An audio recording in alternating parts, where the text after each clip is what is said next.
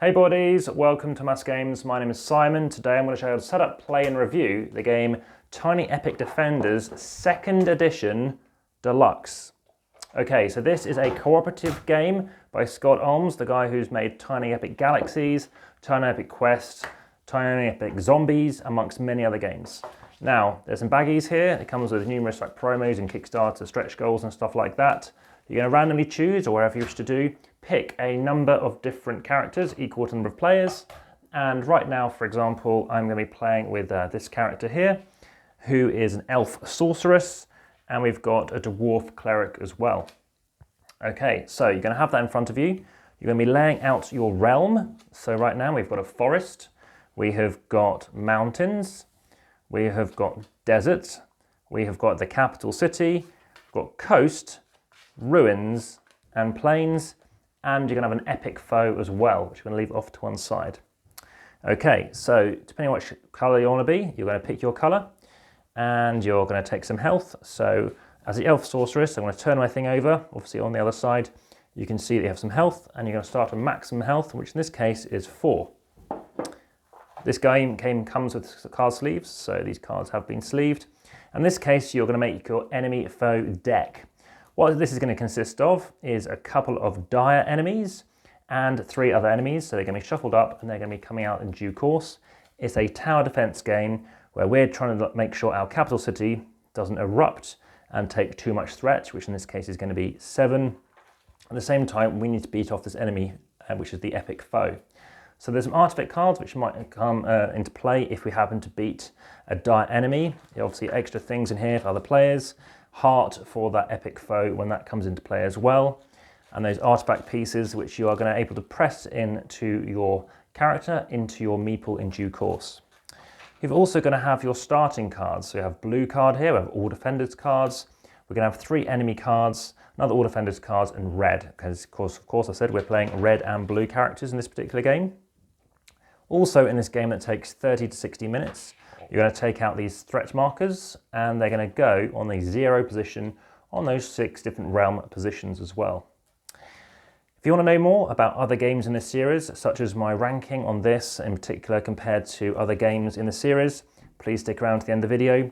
And also if you want to see other videos such as on Tiny Epic Defenders, like that, such as Tiny Epic Zombies, Tiny Epic Mechs, Tiny Epic Western, please subscribe and hit the notification bell to of course be notified when that's going to be live. There are also many other videos coming along as well. So as you can see, I've placed out these 6 different regions. There's an extra one there for certain different things. And now we're going to start thinking about how to play the game. So you're going to shuffle up these cards, and this is going to be in the co-op playlist as well as how to set up, play and review playlist, AmassGames playlist, amongst others, so please check that out. The first thing happens is there's going to be something that happens, in this case the forest, and in this case the coast, as you can see by the kind of iconography. So what do we have here? Well, first let's start with the forest. It's going to increase in threat by 1, and then the coast is going to increase by threat by 1 as well.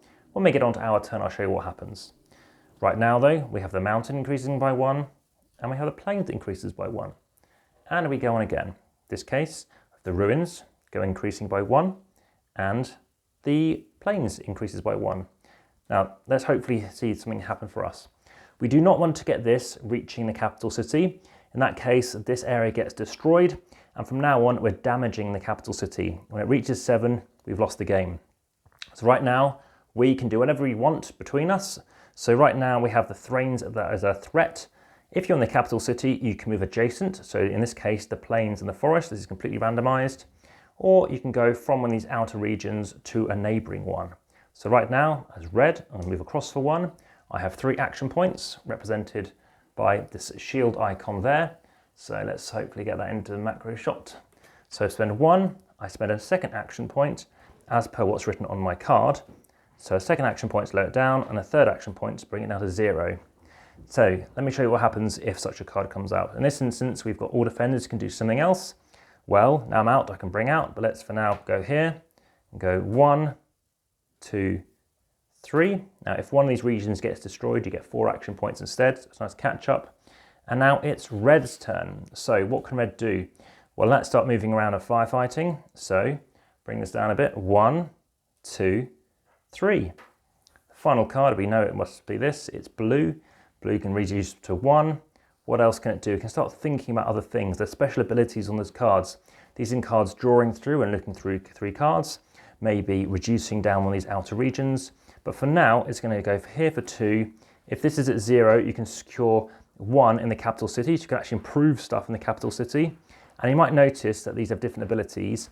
These are actually on the B sides. If you have them on the A sides, it's a bit easier to consider. So that's something to consider. Then what happens, once you've finished your deck, you turn it over, you draw 1 card from here, you shuffle it in, and now things are going to get a bit harder because, of course, what's coming out. So right now it's red's turn, which isn't ideal because everything's looking pretty okay. 1, nothing else to do here. It's going to probably move a bit further away. 2, 3, just so it has a bit more space. Next we have, so we've now got mountains increasing by 1, plains increased by 1. Now this is interesting because instead of damaging and increasing threat, I can lose some health, which I choose to do. So that decreases by 1. And then we move on again. So this case we have mountains again, forests. So this time we're going to have blue character. Well, that's going to be flipped over, taking some health loss, and then coast goes up again, and etc, etc. Now you can spend your hit points, your health, instead to do extra action points. So you can move for a region for 1 action point, you can secure where you are for 1 action point, you can use an ability, and you can fight the epic foe in due course, and you can defend. So defending, of course, is relating to spending action points. Finally, as I said, you can sacrifice a health to gain 1. Doesn't matter if you do that, because when you come back here and you restart your turn in the capital city, you maximize your health again. So there's lots of good advantages, and everyone has a different ability. So for myself, I can spend 2 action points to reduce 3 in your current outer region, so you don't mind reaching at 3. But imagine it's up there, and the next card that comes out is mountain.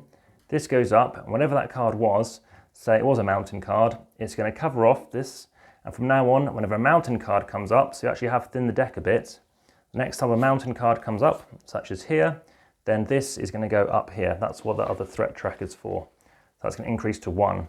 Reaching 7, remember, and you've lost the game. So imagine you've gone through all these cards. You've reached that epic foe, you reveal it, and in this instance you have the ancient one. The epic foe, the ancient, timber ward, or tree beard as I like to call it. That's going to be on here. You're spending 2 action points to find the ancient, and we got it all the way down to here, and we happen to lose. That's playing as a 2. Now remember, getting down to here is now costing you 3 action points, so it's getting a bit harder and harder and harder, and that is how to play Tiny Epic Defenders 2nd Edition Deluxe. So what do I think of the game? I think this is my favourite in the series so far. I enjoyed Type A Epic Galaxies, but it didn't really gel for me too much. But what I did enjoy is this one. I don't know why, if it's just tower defense and co-ops. By all means, check out Legends of Andor, check that out on the channel as well. Highly recommended. But aside from that, the other game I've played is Tiny Epic Quest, which I really didn't like. Yeah, other people I've played it with haven't liked it at all either. Kind of a 5 out of 10. But like I said, if you want to check out what Tiny Epic zombies, Tiny Epic Defenders and mechs are like, by all means check out the channel and keep an eye on that, as well as various other playlists. Aside from that, please ensure you check out the comments and description. Especially in the description, you can find links to Instagram, where you can see various photos. There's over 2,100. There's a Patreon link, as well as a Facebook group, but of course you could be chatting as well. There's lots of variety in this. I enjoy the fact that you've double-sided cards, A's and B's, so you can alternate it quite a bit. Works very well as a solo game. Doesn't take long to play. It's easy to teach. Hopefully by this video is a good example of that. Loads of different characters, which is really handy too. There are 8 different things in the Kickstarter, 6 normally. And aside from that, of course, you've got these really fun epic foes, of which you can probably tell there's quite a few of as well. Nice game, of course. It fits in the classic Tiny Epic box. And you can see other games by Scott Arms on the channel as well, such as Cosmic Colonies, which you might want to check out, which is a drafting game involving polyominoes. Aside from that, if you have any other questions, like I said, keep an eye on the various things out there. And yeah, this has been very much an enjoyable game. It's a game I give a 7.8 or 7.9 out of 10 to, and it's definitely one I recommend you check out. It's definitely a fun co-op, definitely in that family weight category as well. So if you want to check out the family weight category, I highly recommend it. I like the fact that you are defenders. It makes sense that you're losing health to try and protect yourself. And I like the fact that it's easy to carry around. There is, in fact, a carry bag you can get to carry all your different Tiny Epic games. And yeah, it's definitely a challenge to get everything into a small box, but everything works well. I recognise those meeples from Tiny Epic Quest. That's been again Tiny Epic Defenders 2nd Edition Deluxe. Thank you for watching.